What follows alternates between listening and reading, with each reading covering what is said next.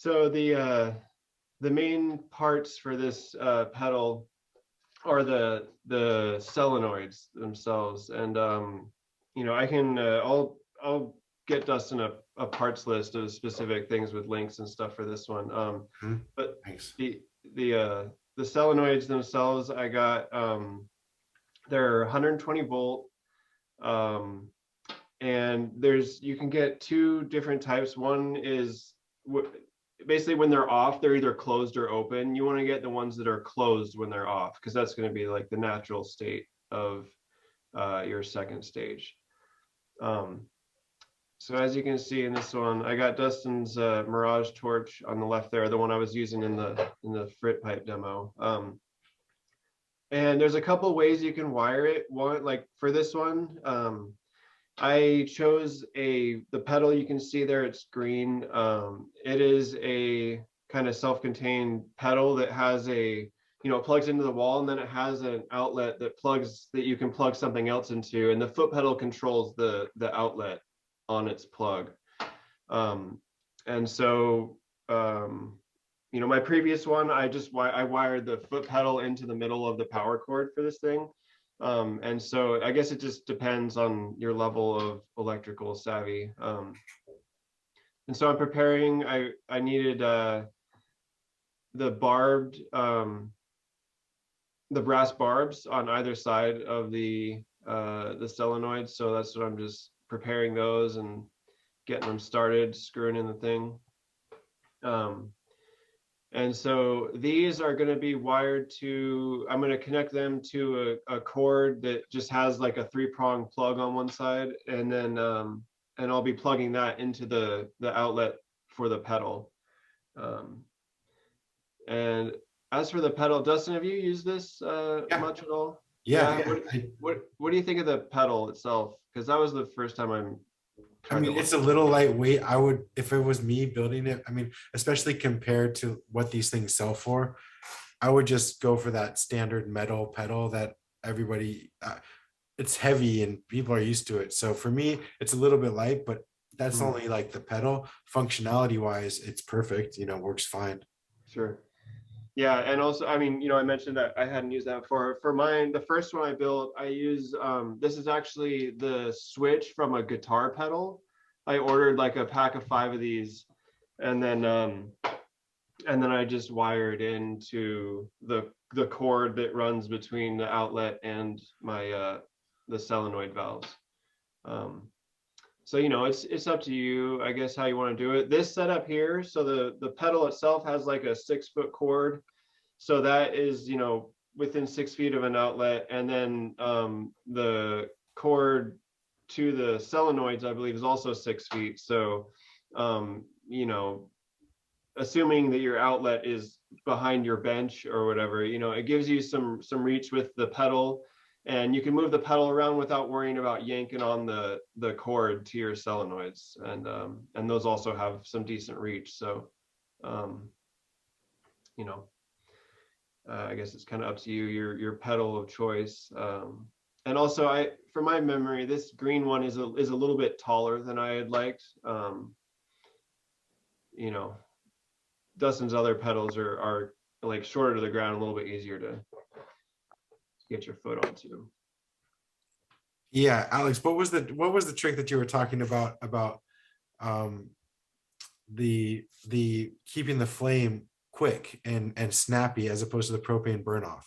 Oh, right. Okay. Yes.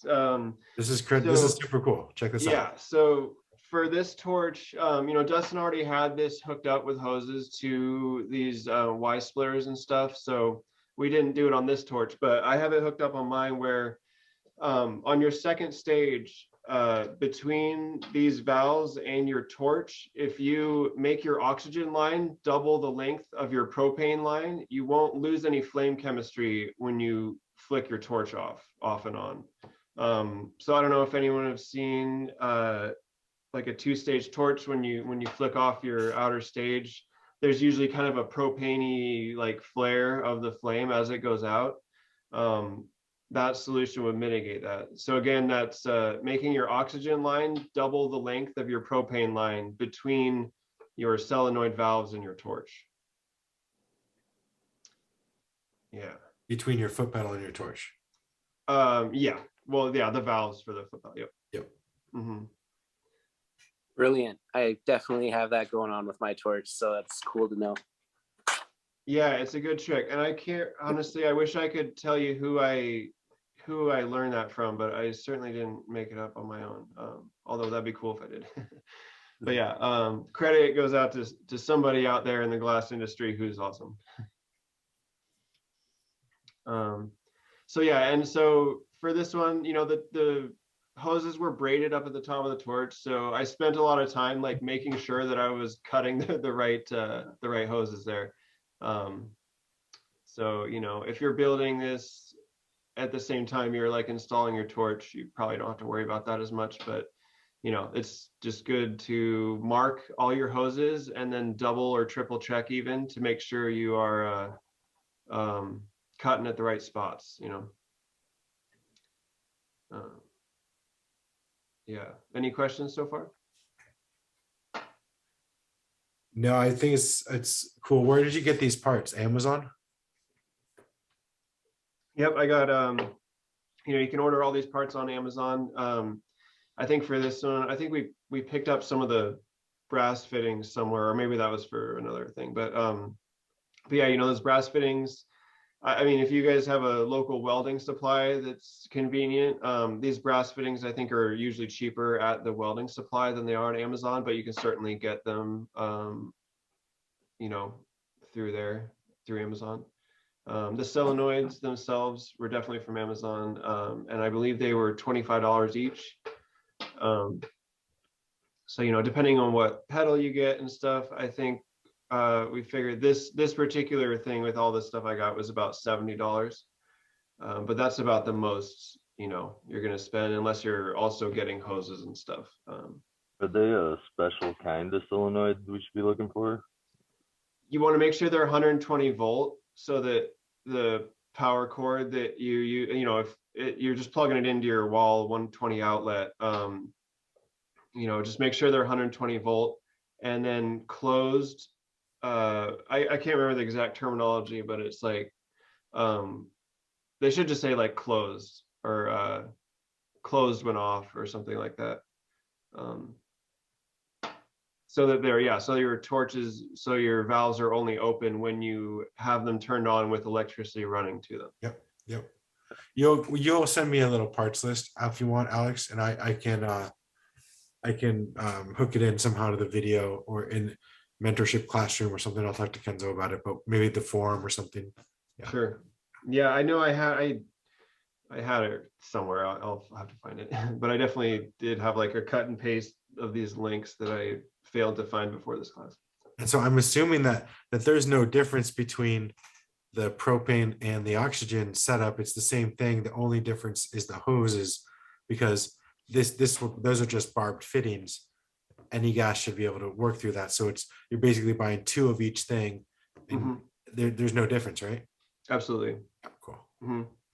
And you know, I'm connecting them together. The wires are you know, and I think you know, you want to, you know, try to keep, I don't know if polarity matters much on these, but you know, connect the white wire to the white wire in your power cord and you know, whatnot. And in this case, you know, if you want to solder things, you know, go ahead. In this case, I just used wire nuts. In the case of the previous pedal I built, if you go with something like this, where, you know, I basically bought this metal box and then used, like I said, switches that you can purchase that would replace switches in a guitar pedal. The switches, you can't really use like a wing nut to. So I wired, I soldered two wires to the, let's see if we can see this here. Can you guys see that all right? So on this one, I soldered two wires to the actual switch and then used wing nuts to connect that into the cord, so that next time I have to change the switch, you know, I'm not eating away at that cord every time I need to change the switch, which has been about once a year.